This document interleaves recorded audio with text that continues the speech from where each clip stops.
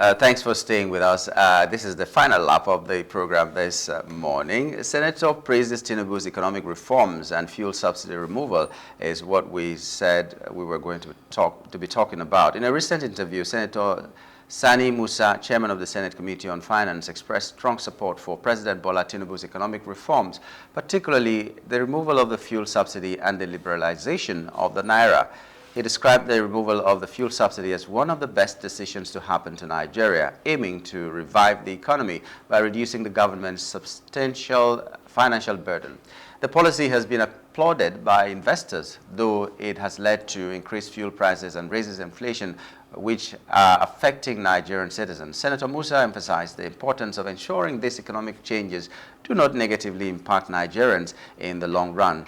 He acknowledged the challenges, including the tripling of fuel prices and inflation rates reaching 25%, but maintained that the subsidy removal is a necessary step for Nigeria's economic growth. He further argued that the government's removal of the subsidy is a positive move, pointing out that these reforms are aimed at boosting investment and long-term sustainability. The senator also discussed the role of the Federation Account Allocation Committee, which provides significant funds to states. However, he criticized some state governments for mismanaging these allocations, which, if properly utilized, could lead to significant improvements in the country's development. Senator Musa urged the state governments to be more responsible with their financial management to maximize the benefits of the disbursed funds.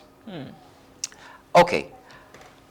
I don't know if Senator Musa is on a different planet, and why he's not in Nigeria. Yeah, because why I'm saying that is that he said the government should ensure that these policies do not impact negatively on Nigerians. But what's happening? It's already happening, and he said we should ensure, like they are planning to do it, and then while you're doing it, know that these things are not going to impact negatively on the people. And then he said that the inflation is 25%. I don't know which Nigeria he is, but that 25% is what it is. So I don't know where he's talking from, but fuel subsidy removal has caused untold hardships on Nigerians, and I wish that we had a timeline that this is going to end at XYZ time. But we don't have that timeline now, so which means that it can go on forever and ever. Finances are not changing because salaries that were being paid 5 years ago are still being paid now. Transportation has gone up, and he's saying that fuel has gone triple. Triple how? From 180 to 1,000 something. Is that triple? He's not even doing the math. He's not even doing the math. And, I was just trying to open up. So on the Punch this morning, there was Depot raised petrol price to 950 naira per liter. Remember, it was about 1,000 something. They reduced it to 899 naira from Dangote, and of course, there were certain fuel stations that were selling for about 935 naira per liter. But as of today, it's been increased again to 950 naira per liter. So of course, other fuel stations will be selling for over 1,000 naira. So I don't even know what he's talking about. We're talking, economic reforms, fuel subsidy, everything that has happened so far, fine. I know a lot of people have agitated for it, in times past. I remember during Goodluck Jonathan's administration, they really wanted the fuel subsidy being gone because, of course, there's a cabal that was making all that money and maybe the nation could not afford to keep paying that. But regardless, I feel like if there's proper planning to something, that's when it works. You're not going to say we're yanking off fuel subsidy and you're not thinking of things that would help to cushion the effect that will come from yanking it off. Because if you're talking about not impacting negatively, of course, that's where we are right now. Nigerians can barely feed. Yeah, I remember when we used to talk about 3 square meals. Even now, people do not eat 2 square meals. Right now, everybody is embracing intermittent fasting because that's no more square meals. It's triangular meals now. That's the only thing you can do. And then you have to still think of other things that you need to be able to afford for yourself. You cannot even afford the basic necessities of life. How many people right now can drive their cars, comfortably to a fuel station to say, I want to fill up my tank? Not really. Most people now are obviously trying to embrace other forms of transportation. Many people can even can you even say you want to travel or you want to go something somewhere and enjoy yourself?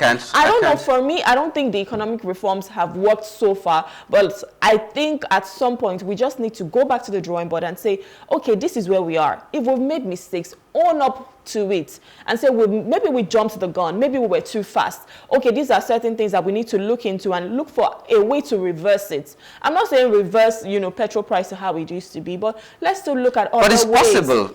It is possible. Let's still look at other ways of like other things that we can do to just cushion the effects for Nigeria. There was fuel subsidy. And Nigeria was suffering, but we had more investors than now. Yeah. Because people are running away because of the same policy that you're talking about. They said that more investors are applauding it. If they're applauding it outside and they're not coming, why are they not here? So what is the gain that we are having? We are the biggest investors in our country. And we cannot do businesses anymore. While others are running away, we should have been able to invest, but we cannot do that. Small businesses are folding up, big businesses are folding up. Yeah. A lot of them cannot break even, and people are losing their jobs and all that. This is something I have not been able to understand all through. They say, we were suffering because of fuel subsidy. And if fuel subsidy is removed, that's what they were telling us, that Nigerians will be happier. We're still suffering because of fuel subsidy. We're not just still suffering, we are now suffering more than we used to suffer. So I don't know, I don't understand how this policy has helped us because we're still borrowing. If it were that, okay, fuel subsidy has been removed and we are not borrowing anymore. And we're using the money, and we are paying gains, our debts and, we are not going to owe anybody, like Chris used to say that it's you that are owing. Every Nigerian, whether we like it or not, is owing to a very big tune. And this is not nice. So if we are owing and we are still borrowing, and then you're telling us that fuel subsidy is the best thing that happened to us after sliced bread, then what are you really saying?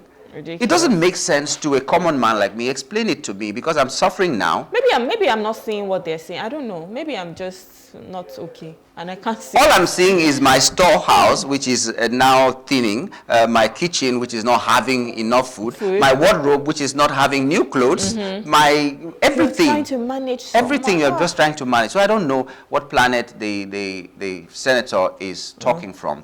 But no matter how difficult it is, like I said, if we had timelines, we can endure. Yeah. Because they say when there is light at the end of the tunnel, you will have the strength to still go on. But now we're not seeing any light. We've just been told that there is light. There's a particular color that they call light, and we're not seeing it. So this is something the government has to work so strongly on. Yeah, I agree with you. But at this time, even though it is not tomorrow yet, tomorrow is the 15th of January, and we usually use that day to mark the Armed Forces Remembrance Day. And we remember the people who have fallen because of our country. No matter how we say security is not top-notch, there are still people who die because of us. And so we use this time to remember them, and we pray that their souls may rest in peace, and the families that lost these people, that God still continues to strengthen them. Yeah, and give them the fortitude to bear the losses. All right, that's it for today's breakfast show. We've had such a good time. I hope you did too. Thank you so much for having the breakfast with us. My name is Rume Paulson. And I am Nyamgul Agaji. Thanks. See you again tomorrow. Bye. Have a wonderful day.